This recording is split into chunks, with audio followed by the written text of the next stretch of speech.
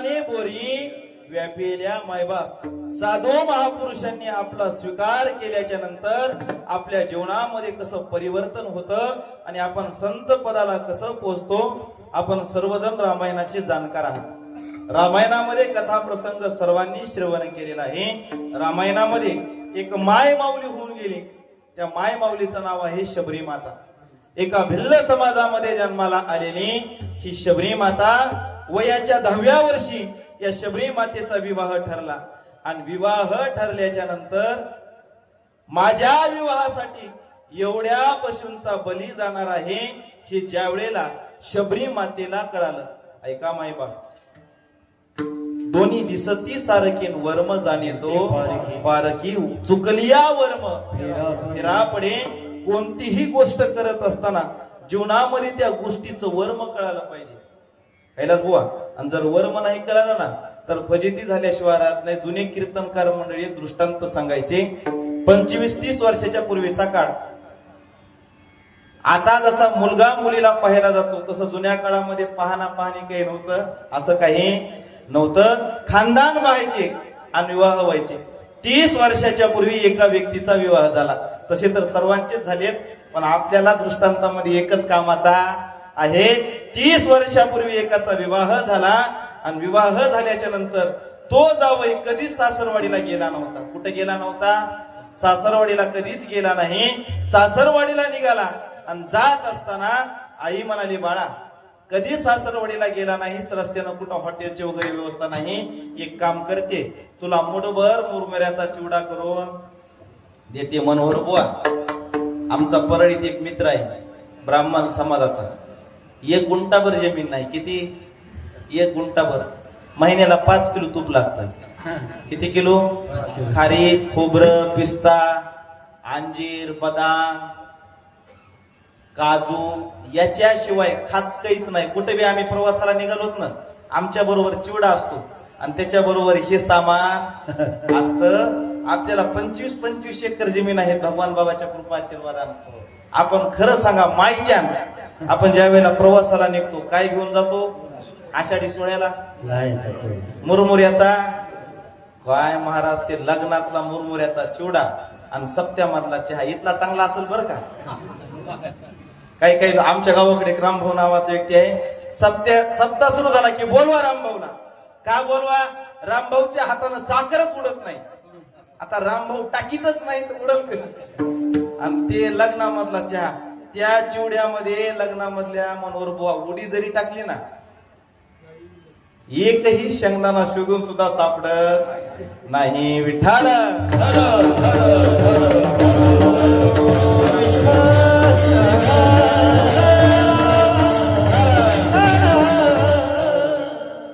मध्ये विठ्ठल विठ्ठल कामाला लागते. पुढचं आठवणा गेलं की मध्ये विठ्ठल विठ्ठल.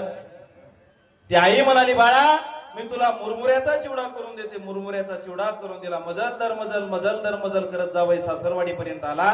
दार वाजवलं आणि दार वाजवल्याबरोबर सासूबाई आल्या. दार उघडलं आणि सासूबाईनं जावयाला पाहिल्याच्या नंतर किती आनंद होतो हे काय अमोल महाराजांना सांगायची गरज नाही. सासूबाईला अत्यानंद झाला.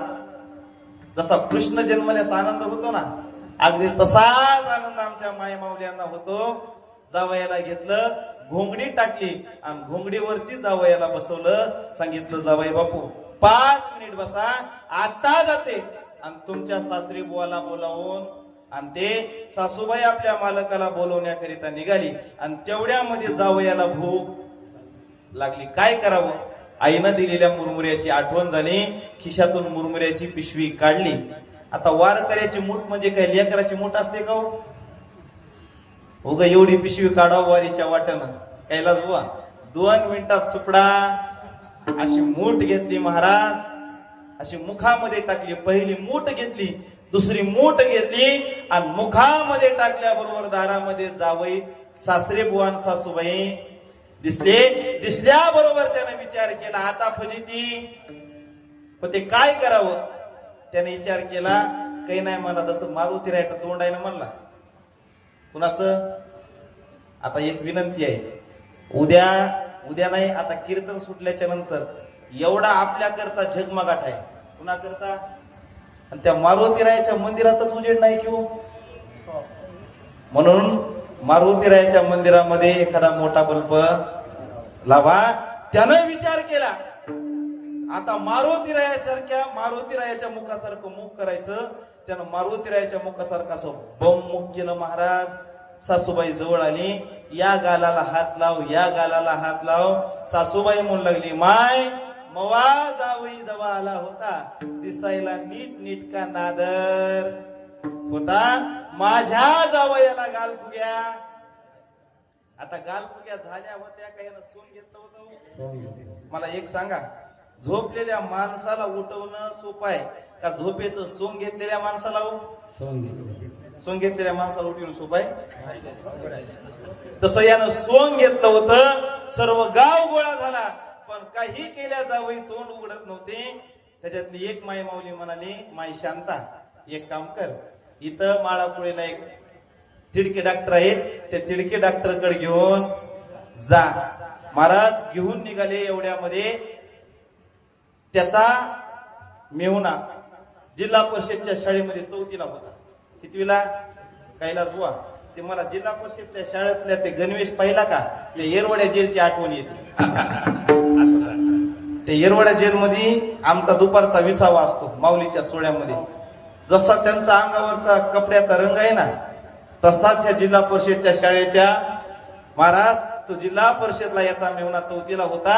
धावतच अंगणामध्ये आला आणि गर्दी पाहिल्याबरोबर गर्दीतल्या एका व्यक्तीला विचारलं, दादा गर्दी कशाची आहे? काही नाही बाबा, तुझ्या भाऊजीला गाल फुगे आलेले आहेत आणि काही केल्या, तुझे भाऊजी तोंड उघडत नाही. त्यानं सांगितलं, सर्वजण बाजूला सरका.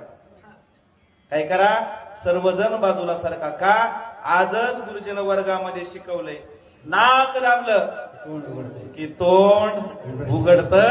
धावतच आला आणि जसं भाऊजीचं नाक दाबलं, नाक दाबल्याबरोबर मुखातला सर्व पसारा बाहेर आला. एवढी फजिती मायबाप कशामुळे झाली हो? दृष्टांत बाजूला ठेवा, सिद्धांत आहे. त्याला काय कळालं नाही? वर्म कळालं नाही. तुम्ही आम्ही या संसारामध्ये अडकून राहिलो. का अडकून राहिलो? तुम्हाला आम्हाला या संसाराचं वर्म कळालं नाही. आणि साधू महापुरुषांना या संसाराचं वर्म कळालं. शबरी मातेनं पाहिलं, जर माझा विवाह होण्यासाठी एवढ्या पशूंचा बली जाणार असेल ना, तर मी विवाहच करणार नाही. शबरी मातेनं घरादाराचा त्याग केला आणि अरण्यामध्ये घनदाट एका विशाल वटवृक्षावरती जाऊन राहिली. पण योगायोग पहा, पुण्य फळले बहुता दिवसा आणि भाग्य उदयाचा. तसा योगायोग असा होता, ज्या वृक्षाच्या जवळ जाऊन राहिली ना, त्याच वृक्षाच्या खालून दररोज एक साधू महापुरुष जाणं येणं करायचे. त्या साधू महापुरुषाचं नाव आहे मातंग ऋषी. आणि ते मातंग ऋषी येण्याच्या अगोदर शबरी मातेनं त्या वृक्षावरून खाली यावं आणि त्या रस्त्यामध्ये जेवढे काही काटे आहेत तेवढे काटे उचलावेत आणि रस्त्याच्या बाजूला टाकावेत. मायबाप मला एक सांगा, अलीकडच्या काळामध्ये आपण रस्त्यावरचे काटे उचलतो का रस्त्यावर काटे टाकतो? हे पुण्याचं काम करायला कुठून बाहेरून येत नाहीत. मला एक सांगा, छत्रपती संभाजी महाराजांना पकडून देणारे कुठून बाहेरून देशातून आले होते का? श्री संत भगवान बाबांना त्रास देणारे कुठून बाहेरून आले होते का? मौली ज्ञानोबाऱ्यांच्या झोळीमध्ये माती कालवणारे कुठून बाहेरून आले होते का? जगद्गुरु तुकोबाऱ्यांचा गाथा पाण्यामध्ये बुडवणारे कुठून बाहेरून आले होते का? सप्ताह बंद पडणारे, इथं नाही बरं का, आमच्या इकडं सप्ताह बंद पडणारे हे कुठून बाहेरून येतात का? हे सुद्धा पुण्याचं काम आपणच करतो. विठ्ठल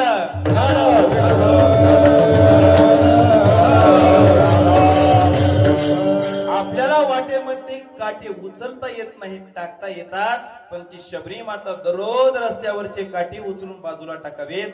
एके दिवशी मातंग ऋषीने विचार केला, मी येण्याच्या अगोदर माझा रस्ता निर्माल्य कोण करतं, स्वच्छ कोण करतं, याची परीक्षा घेण्याकरिता दररोजच्या वेळेपेक्षा मातंग ऋषी लवकर आले. या शबरी मातेला पाहिलं आणि शबरी मातेला जवळ बोलावून घेतलं. सर्व शबरी मातेनं आपल्या आयुष्याचा वृत्तांत सांगितला आणि वृत्तांत सांगितल्याच्या नंतर शबरी मातेचा हात धरला. मातंग ऋषी आश्रमामध्ये आले. असं रामायणामध्ये वर्णन आहे, ज्या वेळेला शबरी मातेनं घर सोडलं ना, त्यावेळेला शबरी मातेचं वय होतं 10 वर्षाचं. किती वर्षाचं? 10. आणि मातंग ऋषीची भेट झाली होती वयाच्या 80व्या वर्षी. कितव्या वर्षी? किती वर्ष सेवा केली हो? उगा आपल्याला 2 वर्ष संस्थेमध्ये राहिलो ना कैलास बुवा, असं वाटतंय कधी एकदा संस्थेतून बाहेर येतो की कंबर बांधतो की आणि जगाला ज्ञानाचा अमृत. 1-2 वर्ष नाही महाराज, 70 वर्ष साधूची सेवा केली. किती वर्ष? 70 वर्ष. आणि मातंग ऋषीनं हातामध्ये घेतला आणि सांगितलं, शबरी आता इह लोकाची यात्रा मी सोडून जाणार आहे, पण शबरी तू आयुष्यभर एवढं पुण्य केलंस, एवढं पुण्य केलंस, त्या पुण्याचा परिणाम मायबाप मला एक सांगा, मनुष्यानं पुण्य झाकावं का पाप झाकावं? पाप झाकावं आणि पुण्य उघड करावं. काय पुण्यवान लोक आहेत महाराज, काही काही गावामध्ये हे फॅन असतात, ते फॅनवर 3 पात्यावर 3 भावाचे नाव असतात. किती पात्यावर? फॅन किती रुपयाचा? 500 रुपयाचा कि हो. हे 50 कोटीचा देह असेल. किती कोटीचा? एक अवयव काढून जर ऐकला तर 50 कोटी रुपये होतील. इथं कुठेतरी श्रीकृष्ण परमात्म्याचं नाव आहे का या देहावरती? आपण मायबाप पुण्य करतो, पण ते पुण्य उघड करतो. शेतकरी राजा शेतामध्ये बी पेरतो, पेरत असताना बी झाकून ठेवतो का उघड ठेवतो? का झाकून ठेवतो? झाकल्याशिवाय ते उगवत नाही. तसं आपल्यालाही वाटत असेल आपलं पुण्य उगवावं, तर मनुष्यानं झाकून ठेवलं पाहिजे. ते मातंग ऋषी म्हणाले, शबरी तो आयुष्यभर तू तुझं पुण्य झाकून ठेवलंस, त्या पुण्याचा परिणाम एक दिवस जगाचा मालक तुला भेट देण्याकरिता येईल. एवढे शब्द बोलले. मातंग ऋषीनं ही लोकांची यात्रा संपवली. पण मातंग ऋषीनं सांगितलं होतं प्रभू रामचंद्र येतील, पण कधी येतील सांगितलं होतं का? दररोज शबरी मातेनं फुलं घ्यावीत आणि रस्त्यावरती टाकावीत, आणि टाकल्याबरोबर कैलास बुवा ती शबरी माता काय म्हणायची हो? जब मेरे राम जी का आवन होगा, शबरी के कुटियों का पावन होगा। जब मेरे राम जी का आवन होगा, शबरी के कुटियों का पावन होगा। जब मेरे राम जी का आवन होगा, शबरी के कुटियों का पावन होगा। जब मेरे राम जी का आवन होगा, शबरी के कुटियों का पावन होगा। आएंगे रघुराज मैं तो आसन पे बिठाऊंगी, मुझे बिन बेर अपने हाथों से हिलाऊंगी, बेर अपने हाथों से हिलाऊंगी। साथ साथ लखन जी का दर्शन होगा, शबरी के कुटियों का पावन होगा। जब मेरे राम जी का आवन होगा, शबरी के कुटियों का पावन होगा। शबरी माता काय म्हणायची? जब मेरे राम जी का आवन होगा आणि शबरी की कुटिया का पावन होगा. माय बाप, त्रेतायुगामध्ये जन्माला आलेली शबरी आज सुद्धा वंदनीय आहे. परिणाम कशाचा आहे हो? संतांनी जवळ केलं. पुन्हा जवळ केलं. तुम्हाला समाजानं कितीही लाता मारू देव, समाजाने जवळ